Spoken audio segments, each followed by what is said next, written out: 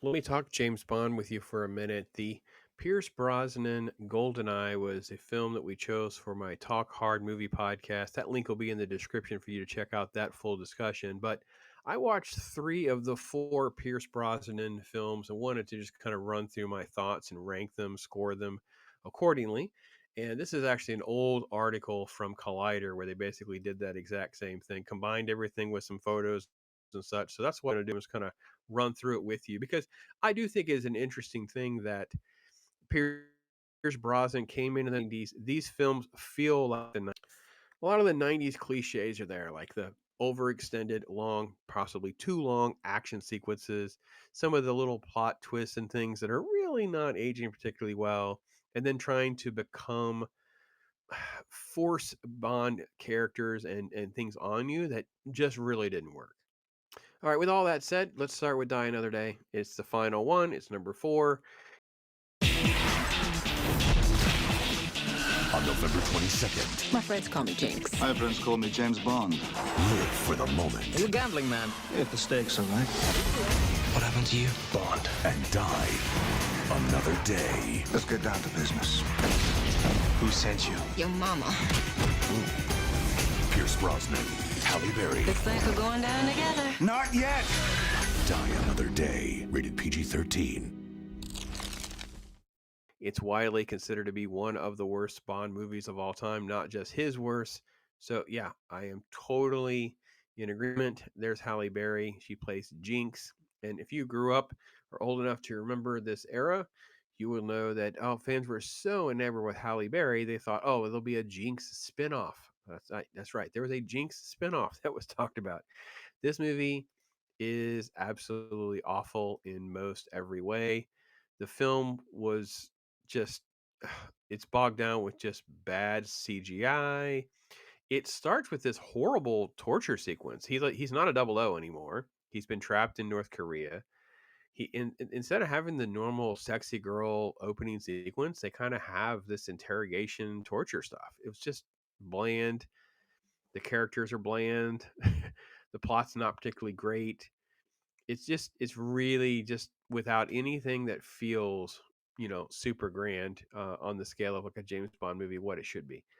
Surprising, this movie has like an IMDb score of a 6. For me, this is like a 2 out of 5. It's unwatchable. I'm not watching it again.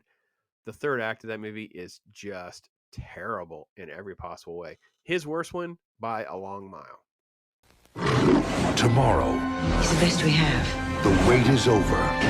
The world is yours. James Bond is here. Sit tight! I have to get back, or somebody's gonna have my butt. First things first. Why am I suddenly worried I'm not carrying enough insurance? On November 19th, The World Is Not Enough. Rated PG-13. Starts Friday. All right, next up, they have The World Is Not Enough. That actually is an interesting one that they would place it here. I don't know how I feel about it compared to the other ones, so I'll just kind of give you my thoughts on it. I will tell you that the biggest problem for me is it kind of has a story that I just never really buy into. It's like a story that I just don't really care. It's sort of a oil tycoon who's going to sabotage their own stuff. You see Sophie Marceau there. She's the Bond girl slash villain in this film with this big twist and turn. Robert Carlyle is really, really pretty good and kind of menacing in the role there as Renard, this injured villain. But the problem is at the end of the movie, that sequence just goes on forever. It kind of jumps around. He's also getting beat up almost too easily. They had added this also little plot point in the opening scene where he's chasing down the Bond girl at the moment that she just she offs herself, but gets hurt, has a separated shoulder. So there's this constant separating shoulder comment, and yet at the same time he's constantly landing on things. He would basically be immobile on that side. He wouldn't even be able to move his left arm. It's so ridiculous that we ignore that fact. Of course, this film has also got Denise Richards in it. Yeah, she's bad. And I don't mean like bad like she did anything particularly bad. Her character doesn't make any sense. She's miscast. took the role so she wouldn't be stereotyped as like, the hot pretty girl Bond girl thing. Wanted to be like brainy and athletic. She doesn't pull off brainy and athletic. The story doesn't pull off brainy and athletic. The story doesn't know kind of what to do with her. And her name is dumb. It's like Dr. Christmas Jones or something. And you're like, there's a comment about, no, don't make any jokes about my name. I've heard them all. And I'm like, it's only interesting and funny because at the end of the movie, there's like something about I thought Christmas would only come once a year or something like that. It's like we all get the innuendos.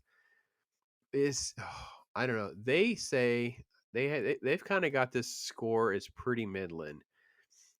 They're saying Rotten Tomatoes has it at 51%. They didn't do an IMDb score on it. For me, I'll go 2.5. I guess that's the same score they have, 2.5 out of 5. Like it's serviceable. It has some moments. There's a cool scene here, a cool scene there, but overall, yeah, not a very good film. Not a very solid film. This holiday season, Bond. James Bond. let the mayhem begin. When it comes to action, when it comes to adventure, Don't get any ideas. I'd never dream of it. no one else comes close. Lucky for you I stopped by. Well, 007. Tomorrow Never Dies. Rated PG-13. Starts December 19th. All right, then we get to Tomorrow Never Dies. Yes, I thought of this one a lot more fondly than when I watched it. The 1997 follow-up to GoldenEye is number 2 on their list. I would concur that it's a little bit better than The World's Not Enough, but it also just really struggles. The best part of it is the fact that they just have picked up the pieces of things that didn't work well in GoldenEye. So it needed to have some more humor, some more gadgets, and really better action sequences. They brought in Michelle Yeoh, who is really kind of fun. The problem again is Jonathan Pryce as Elliot Carver. He's like this media tycoon who's manipulating this conflict between the Americans and the Chinese and the British and everyone. And it feels like it's supposed to break away from some of the Cold War Spectre type stuff. And there is, again, decent action sequences, save the movie and make it better than the other one. I like that there's a very slow sort of charisma and attraction between the two of them rather than, he just gets to better right away. But it's also just not particularly great and just bogged down by the fact that it was rushed. There's all sorts of sort of like issues with it. Jonathan Pryce character is really the problem in the movie. He doesn't really have a consistent sort of like feel. He's supposed to be sort of menacing and intense, and then at times he's goofy and silly and making jokes or whatever. So Terry Hatcher is also a love interest.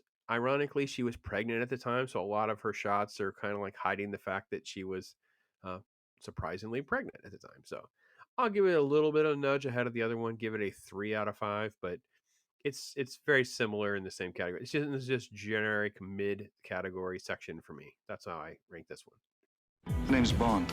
James Bond. Sergeyevna on the top. On the top? On the top. Bond is back. I enjoy a spirited ride as much as the next girl. Who's that? The next girl. And things are starting to heat up. One rises to meet a challenge. United Artists brings you No more foreplay. GoldenEye. Rated PG-13. Well, then we get to GoldenEye, and GoldenEye is the one we talked about. I gave it 3.5 out of 5. I stand by my take that this is a film that rides the legacy of its video game rather than the film itself. I like the fact that it's a little more complicated, a little more spoilery. The girls are great, but I still have to be honest that the plot is kind of long at times. Things are drawn out. The end fight sequence just goes on way too long, and obviously some of the CGI starts to show. And more importantly, I really rewound a couple scenes. The music and the cut, the editing is just not right. It doesn't feel quite right. It's easily the best of the Pierce Brosnan films. Scoring, a typical 4 out of 5 is the norm for people. They normally kind of place. I'm going to go a little bit lower than that for me. I just wish they had leaned more into some of the stuff that worked from the Connery era to really make this a bigger home run for me. But it's not bad. And there's great scenes with Alan Cummings as this sort of like computer nerd who's betraying everybody. Famke Jensen, of course, is she's phenomenal.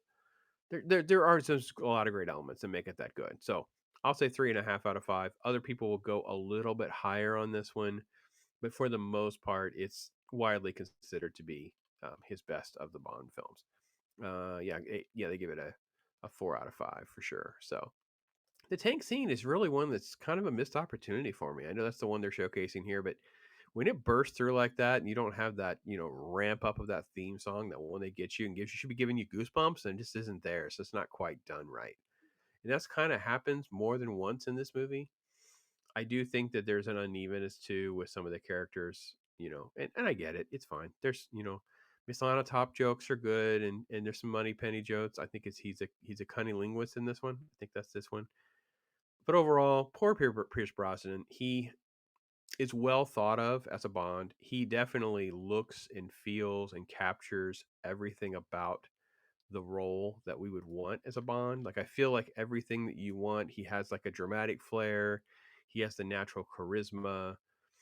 It feels that the franchise itself is sort of like stuck because it's the 90s. So we're post Cold War and we don't really have a good villain in our sort of like pop culture. There's still a lot of Cold War Russians are the baddies kind of thing. And I think that's why we ended up with some films that don't.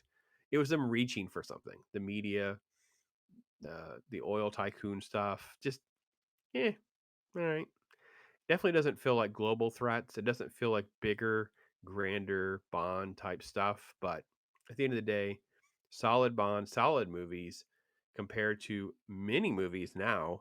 But at the time, have to be fair. And by Bond standards, let's face it, Die Another Day is bad.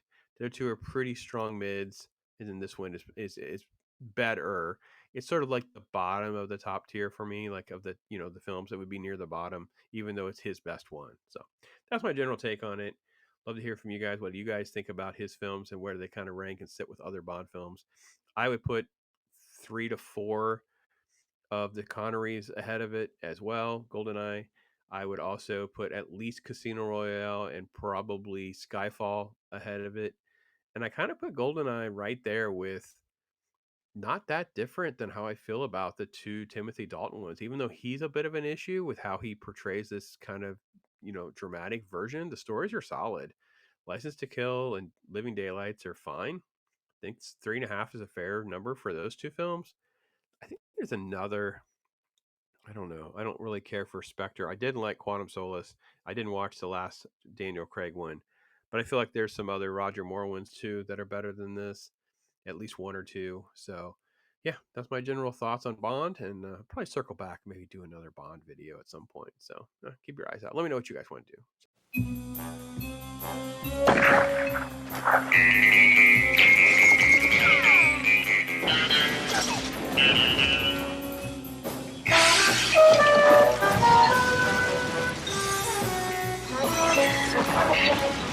Do you know how to use one of these?